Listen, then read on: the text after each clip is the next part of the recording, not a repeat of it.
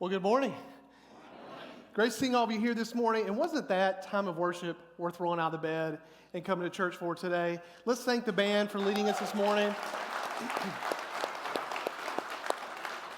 Those of you that are not vocalists or musicians like myself, you don't realize, and I didn't either until I watched these guys, how much time and energy they put into every Sunday morning. And I really, really appreciate everyone, the band, the tech team, all these folks behind the scenes. It makes this experience so incredible every week.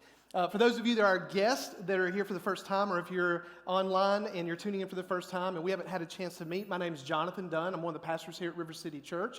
And on behalf of everyone here at River City, we want to welcome you today. Thank you for carving out a little bit of your Sunday morning just to spend some time with us. Our sincere hope every week when we get together is that you're encouraged, that you'll leave challenged and you'll leave encouraged, just ultimately knowing how much your Father in heaven loves you. That's our goal in our time together every week.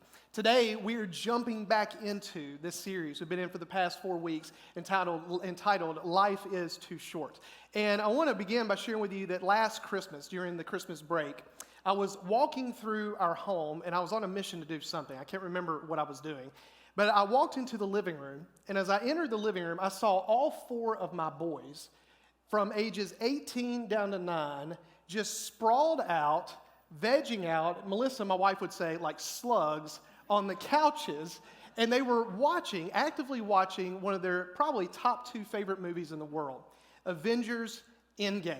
Are there any Avengers Endgame fans here today? Anyone like this movie?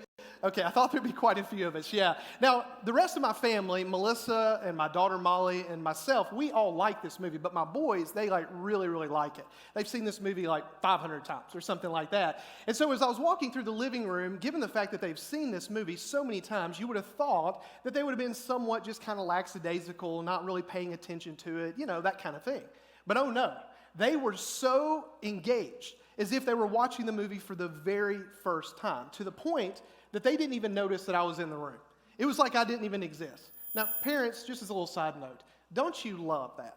That one of the joys of parenting is that as a mom or a dad, that your kids oftentimes make you feel like you don't exist. Don't y'all just love that? Have y'all found that to be true? For all of you that are pregnant with your firstborn that's about to come into the world, you have this to look forward to. It's an amazing, amazing experience. But anyway, back to the story. I walked in, they didn't even know I was in the room, and I turned around, and I saw that what they were engaged in, again, was this part of the movie that actually got my attention. And so I walked over to the couch, and I sat down. Where they were in the movie was this scene where Tony Stark, who's Iron Man, and then Captain America were in this place where they had this plan that did not work out the way they had hoped. And so what they had to do is they were going to have to jump back in time to the year 1970 to go and find the Tesseract, which contained the Space Stone. Y'all can tell that I had to look all this stuff up, okay? I had forgotten all of this. But they went and they found the Space Stone, and they needed to get the Space Stone to bring it back into the present because they needed all the Infinity Stones to put the world back together the way it was before all this chaos had ensued. So that's what they did. You had Tony Stark, Captain America. They jumped back to the year 1970. Captain America went one direction. Tony went in another direction. And Tony ultimately found the Tesseract. And after he removed the Tesseract from some type of storage safe or something, he put it in his briefcase. And as soon as he closed his briefcase, he heard someone call out to him from behind, and it startled Tony. And he turned around, and it was none other than his father, Howard Stark. And here's the scene right here. So here, imagine this, is Tony looking eyeball to eyeball with his father in 1970, while Tony's mom is at home pregnant with Tony. Imagine that, right? It's really kind of creepy. I know, especially for Howard. But Howard had no idea who this was. Tony made up a fake name, said his name was Howard Potts, and they started just talking, and Tony was very nervous and all these things. Well, as they began to talk, they started to make their way back out to the street where they were going to leave and part ways. And Tony began to ask Howard a couple of questions, and one of which was about these flowers that Howard had in hand. And Howard went on to tell Tony that he was going to be a dad for the first time. He had just heard the news, and he was taking these flowers home to his wife. And Howard was talking about how nervous he was. And so he said something to Tony. He said, "Tony, are you a dad?" And he said, or "Howard, are you a dad?" And he said, "Yes." And he said, "Well, how was it for you? Were you nervous?" And Tony began to talk about, "Oh yeah, I was so nervous." And then he began to reminisce about his childhood with his dad. And as he began to talk through and just reminisce a few of these little thoughts and statements, he made an interesting statement to Howard. He said, he did drop the odd pearl. He did drop the odd pearl. He dropped a pearl of wisdom. And Howard looked at me and said, "Oh yeah, what did he say?" And this is what he shared with him. No amount of money ever bought a second of time. No amount of money ever bought a second of time. So here I was in a room with my kids, and they didn't even know I was in the room. And I was sitting there, and I observed this little part of this movie, and immediately those words, "no amount of money ever bought a second of time," began to just reverberate in my mind and my heart. And God used a movie, for crying out loud, that I was not even planning on watching to remind me that time is far more valuable than money. That you can have all the money in the world, and you can't buy back missed opportunities or times or moments that matter most. And so I started just really working through this and convicted, like, these moments I have with my boys, these moments I have with my loved ones are far more precious than all the money in the world. About 2.5 years before that Holy Spirit moment I had with the Reverend Tony Stark, I was in Atlanta at a lead pastors gathering at North Point Community Church, which is a church that we're in partnership with. Andy Stanley is the pastor there, the founding pastor.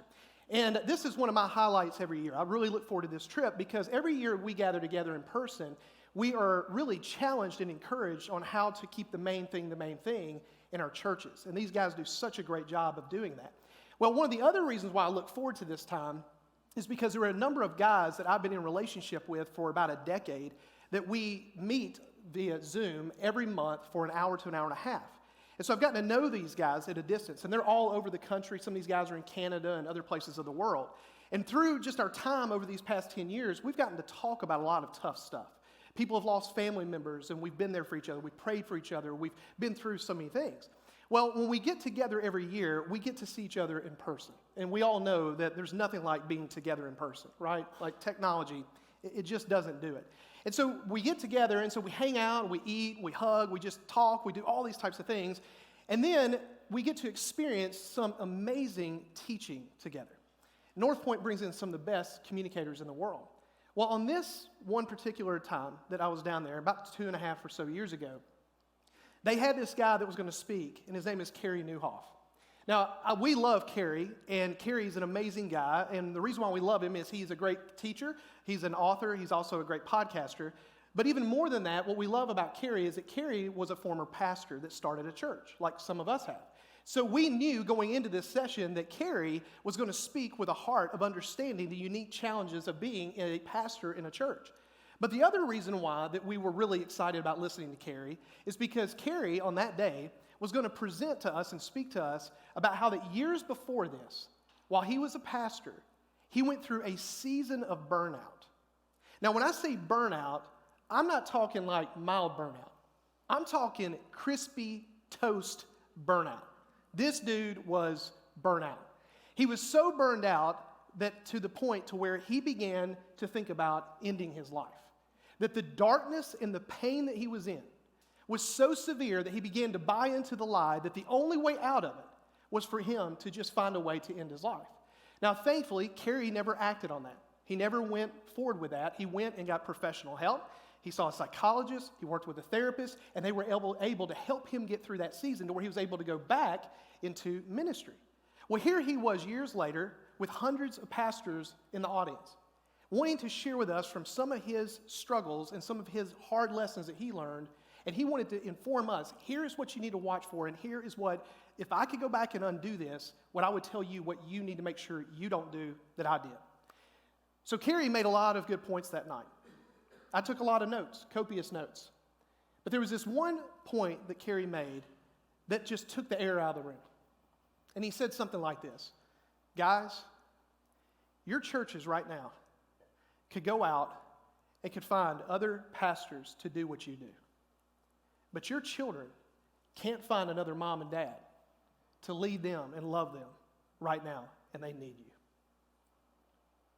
Yeah, he said that. And we were just quiet. And the reason why we were so quiet is because we all sat there knowing what he was saying. Is that it is so easy in this life to get caught up with giving your best to everyone else. And those that are closest to you, who love you the most, that you love the most, that need you the most, end up getting your leftovers and your scraps. And none of us wanted for that to be true. And so after Carrie wrapped up his session, we turned in this table that I was at. I was seated with all these guys that I've known for a while, and we just kind of stared at each other. And one of these guys spoke up. And what he said was, fellas, listen, I'm a pretty good pastor. I study a lot, I teach, I meet with people, I lead, I do everything I can for the church. But he said, but just being real about it, I'm so convicted right now. He said, because I'm giving my kids nothing. My wife does an amazing job taking care of all these things that I'm not able to do, but I'm giving everything to the church and nothing to my kids. And he said, I don't want to do this anymore. I don't want to live my life this way. And for the rest of our time together, 30, 45 minutes, we went one by one around the table with all these different men in different stages of life, in different sized churches, with marriages that have been 5 years to 30 plus years, to empty nesters, to all these different stages. And every one of us just continued to share how we as men wanted to make sure that we prioritized our time and prioritized our life in such a way that those that are closest to us, that they didn't get our leftovers. You know, when we started this series 4 weeks ago, I began by sharing with all of you that the heart behind this, the attitude behind this, for me at least, has been to go to God and say, Father, will you just really help us figure this life thing out? Have any of you seen that life can really be confusing at times? Have y'all noticed this?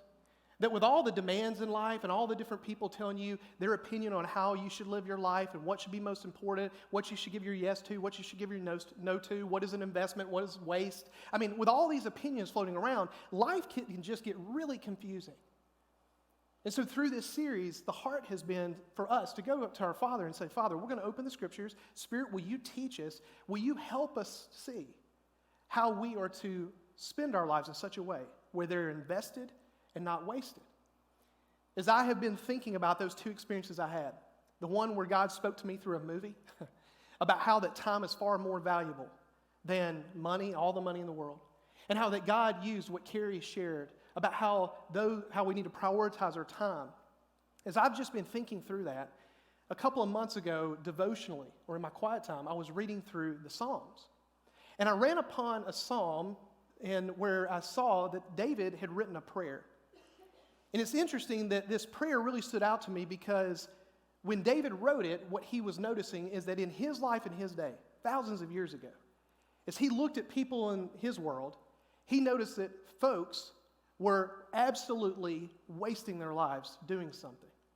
That there was just this one thing that people had gotten sucked into, and as David wrote his prayer, he was saying, God, please don't let me end up where they are. And so as I read that and I was convicted, I thought, I need to pass this conviction on to everybody else. And so I want to walk you through that this morning. The psalm we're going to look at is Psalm chapter 39. David begins with these words in verse 4, and this is his prayer. Lord, make me aware of my end and the number of my days, so that I will know how short-lived I am. Now, I love this because David is saying to God, God, I just have one thing I want you to do for me. Will you every day just keep it in the forefront of my thinking and teach me and help me understand even more deeply than I do right now in this moment how short my life is? Look at what he says next, verse 5. In fact, you have made my days just inches long, and my lifespan is as nothing to you. Yes, every human being stands as only a vapor. Now, I love this because David just takes a step back and he says, okay, I'm going to try to put myself in God's shoes and look at my life. And he says to God, God, I know that the way my life looks to you, it's nothing. And then he speaks to life, and he describes life creatively as if it's like just inches long or like a vapor or like a mist. Now, I believe with illustrations that he uses like this, that us looking at something visual is helpful for us to kind of capture what he's trying to communicate, okay? So I'm holding a ruler. I know it's clear in case you can't see this. But I just want to show you what David's saying. So 1 inch is basically that. 2 inches technically is what David is saying is that, okay? So that's your life. Y'all encouraged? Now look, if some of y'all are depressed, I don't mind doubling this up, okay? 4 inches, how's that? Okay? I don't have big hands. I would do more than that. Let's see what I can do here. Okay, there you go. 8 inches? Y'all feel better about your life? This is what David's saying. This is how short your life is. Now, another example, which is actually even more depressing, to be honest about it, is he says a vapor, or you also see in the scriptures, they talk about a mist. This is how your life looks, okay? So get ready to be encouraged. There's your life, okay? That's your life. So that's what David said. He's looking around at the world and he's saying, God, will you just please just keep this reality about my life just front and center. Don't let me miss it. And there was a reason why he prayed this, that he wanted for God to do it. And he tells us what that is in the next verse. Look with me in verse 6. Yes, a person goes about like a mere shadow. Indeed, they rush around in vain, gathering possessions without knowing who will get them. Oh my gosh. So David, looking at the world around him and watching all these people, it's as if he sees them and he says, they're like a bunch of ants that are running around busy, just collecting more and more stuff, piling it all up and then rolling over and dying and leaving it to whoever gets it. That's what David said. That as he looked at that and he saw all these people living their lives, pursuing possessions, all to just die and leave it to someone else, he said, that ain't it. That's a waste of life. That's a waste of time. And David knew that the reason why these people were doing that was because they had lost sight of the reality of how short life is. See, David, he wasn't doing that. He wasn't doing that. And he said, God, please don't let me lose sight of this because I don't want to waste my life like all these other people. Now, David goes on and he tells God why he's not doing what everyone else is doing. Look with me in verse 7. Here's what he says. Now, Lord, what do I wait for? My hope is in you. Now, Lord, what do I wait for? My hope is in you. David told God, he said, God, the reason why I'm not joining in with everybody is because when I see how short my life is, I want you. I look to the heavens. I chase after you. I want you. I pursue you.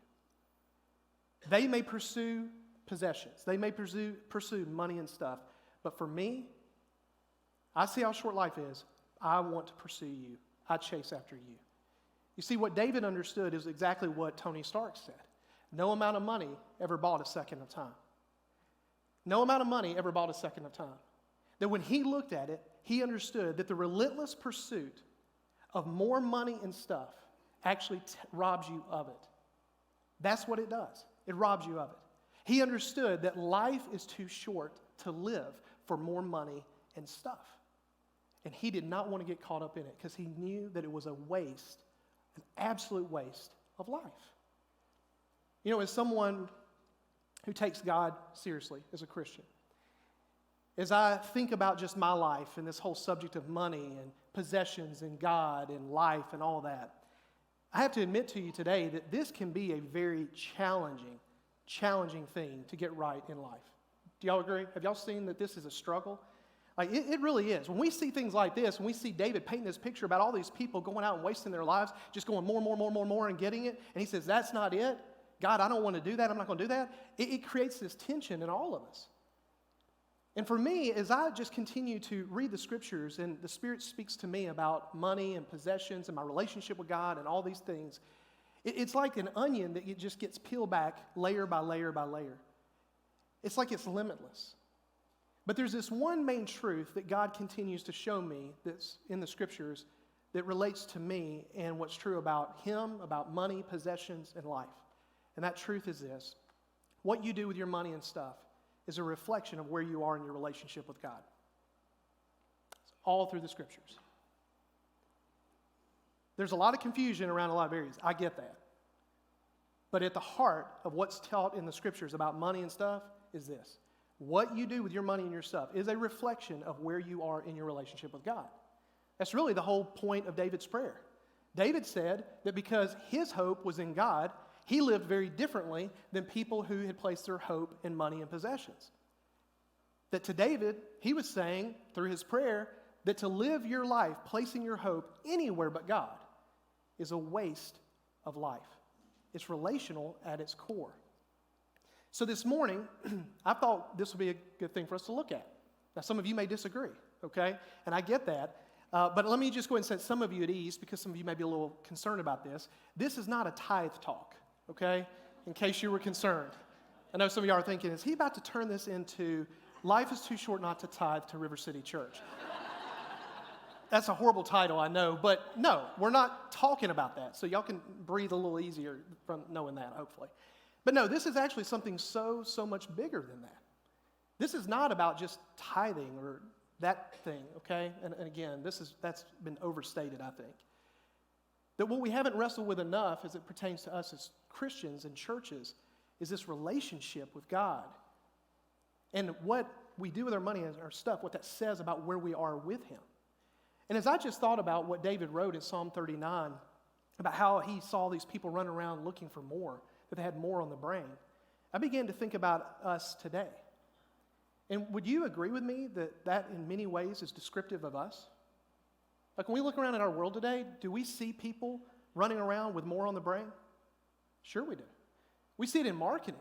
I mean, my gosh, every time you look anywhere, your phone, TV, anything, you're constantly being marketed to. What are they saying? You need more, you need more, you need more, you need more. You don't have enough, you need this. If you get this, you'll be thrilled and happy. And it's all around us. We all have more on the brain. What's interesting, though, is that not only do Americans have more on the brain, but Christians are living with more on the brain.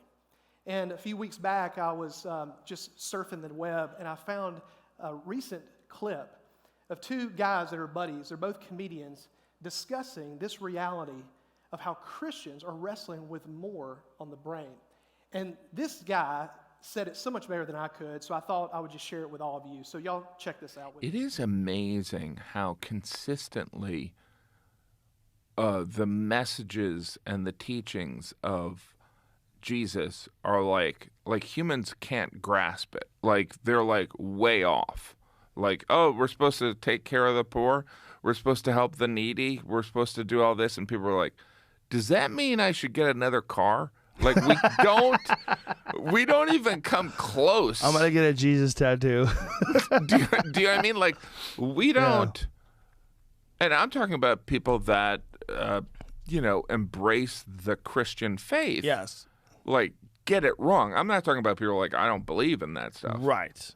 People who proclaim to be Christian. Again, humans are pretty dumb. Isn't that great? You know, he has such a way with words where he makes you laugh while he's just jabbing you. Isn't that interesting? He's just like, oh, and I'm like, God, dude. Like, I'm laughing and I'm convicted all at the same time.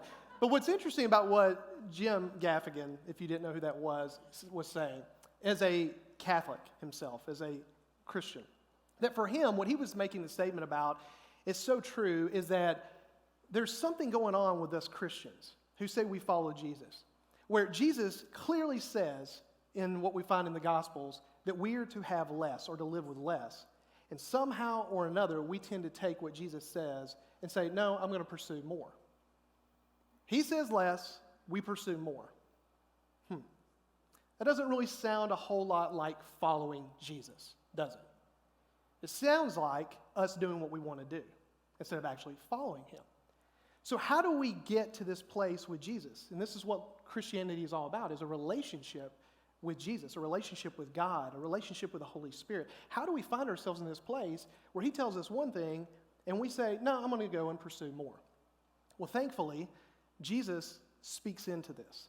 It's one of His most well-known teachings in the Sermon on the Mount, and I want to show you how Jesus speaks to the heart and how we find ourselves in this place. If you'll flip over with me to Matthew chapter 6, Jesus began talking about this subject by saying it with these words in verse 19, Matthew 6:19. Don't store up for yourselves treasures on earth, where moth and rust destroy and where thieves break in and steal. But store up for yourselves treasures in heaven, where neither moth nor rust destroys and where thieves don't break in and steal.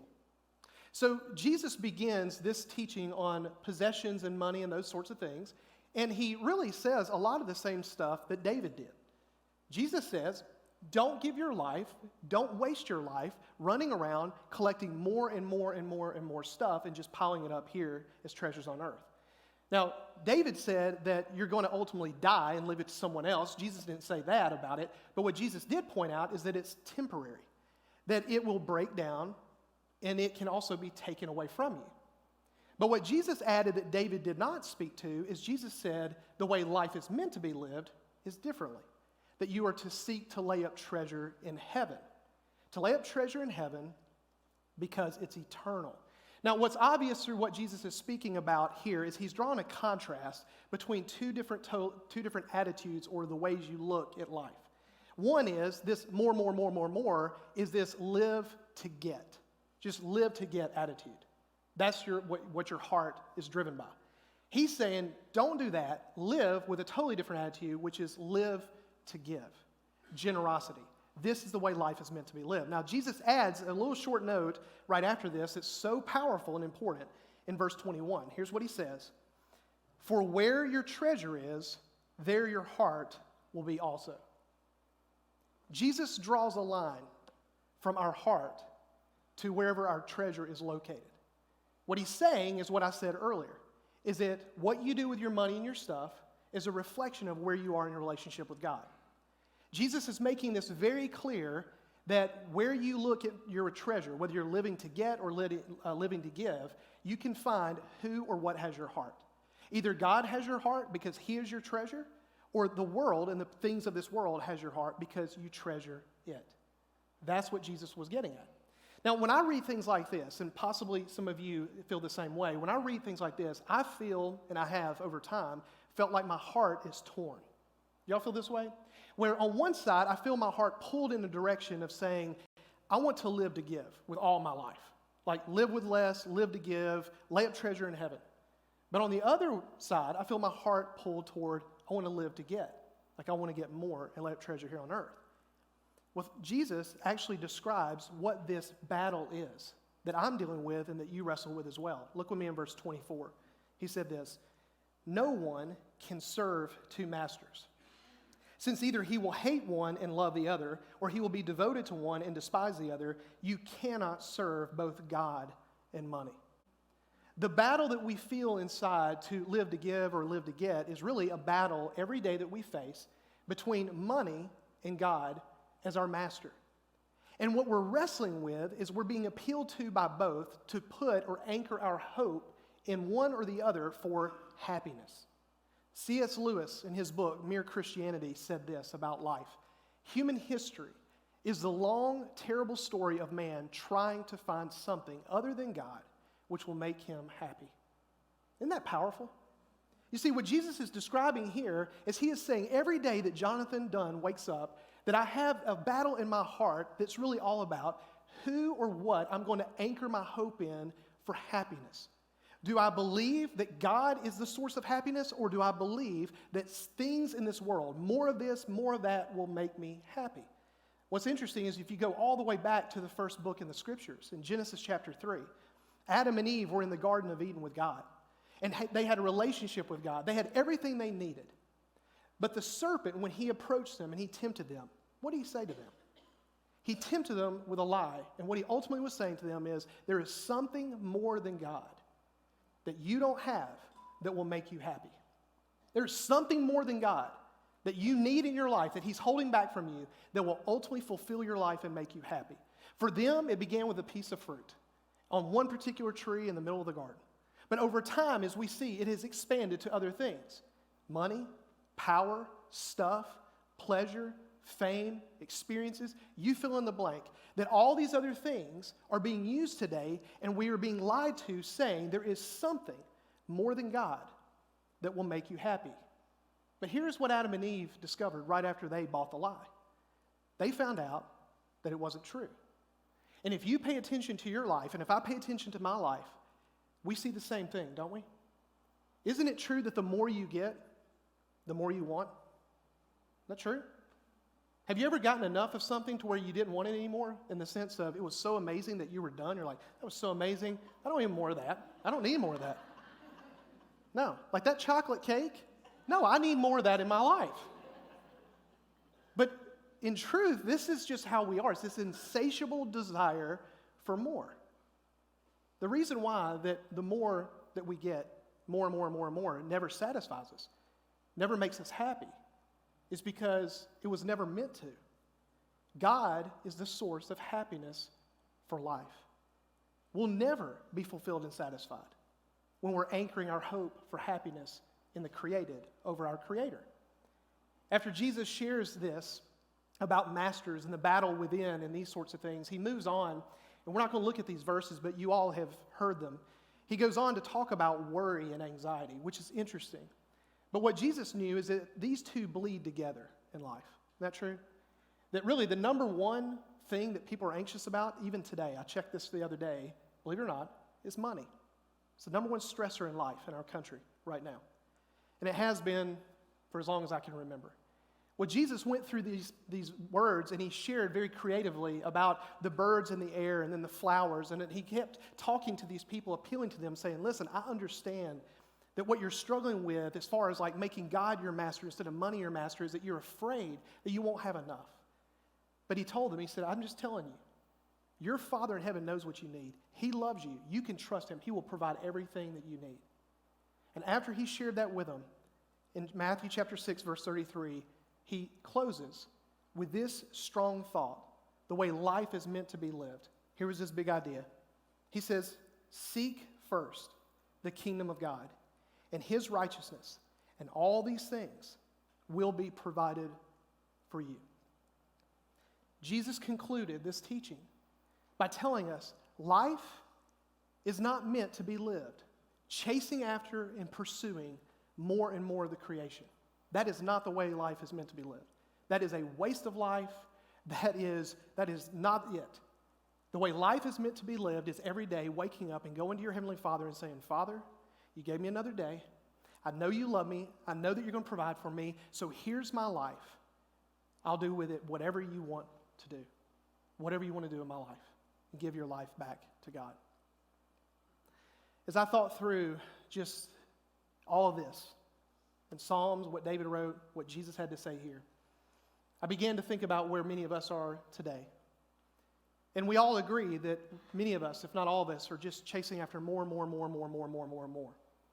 But in the process of doing that, isn't it true that the more we chase after more, the unhappier, the more stressed, the more anxious, the more unfulfilled, the more sleep deprived, the more disconnected relationally that we're becoming with our family and each other and our health and all those things and God? Isn't that true?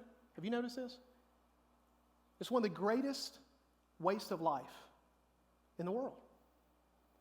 And until we see it and say, that's not it, I don't want that anymore, and we go back to living life the way it's meant to be lived, we're going to stay in this rat race to nowhere, just wasting our lives, absolutely wasting our lives.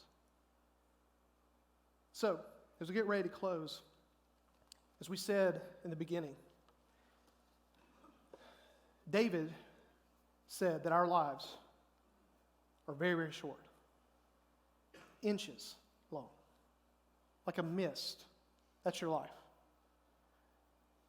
The question that we all have to really wrestle with is this. We know one day, as David wrote in his song, all of your possessions, all of your wealth, all of your stuff, it's going to be taken away from you. You will let go of it one day when you die. The decision you get to make and I get to make is in between now and then. Are we going to willfully Open our hands to the heavens, to our God who gives us all these gifts, and say, God, in this relationship with you of trust, I want for you to guide me on laying up treasure in heaven that's eternal. How do you want for me to live open-hearted and open-handed in the world around me? And I trust you're going to provide for my needs. We can make that decision, or we can ignore God, follow the money master, and continue to live this life, wasting our lives, accruing more and more and more treasure that ultimately will be taken away when we pass away. That's the decision we all get to make. How will you choose to live? Guys, life is too short to live for more money and stuff. We were created to live our lives pursuing more of God. God, I want more of you. I want to experience you. I want to know you. This is what brings happiness to our hearts. I'm going to have the band come out in just a minute, but before I do, I want to close with some amazing insight in words by one of what used to be my favorite actors when I was a kid, not so much anymore, Jim Carrey. Jim Carrey said this, I wish everyone could experience being rich and famous so they'd see it wasn't the answer to anything. I agree with Jim Carrey. The answer is not in this world. The answer is in heaven. It's God. The answer to your longing in your soul for happiness, for fulfillment, for peace, for joy, for rest, and all those things is not in this world. It's in God. Will you open your heart to Him and give your life to Him? Let's pray together.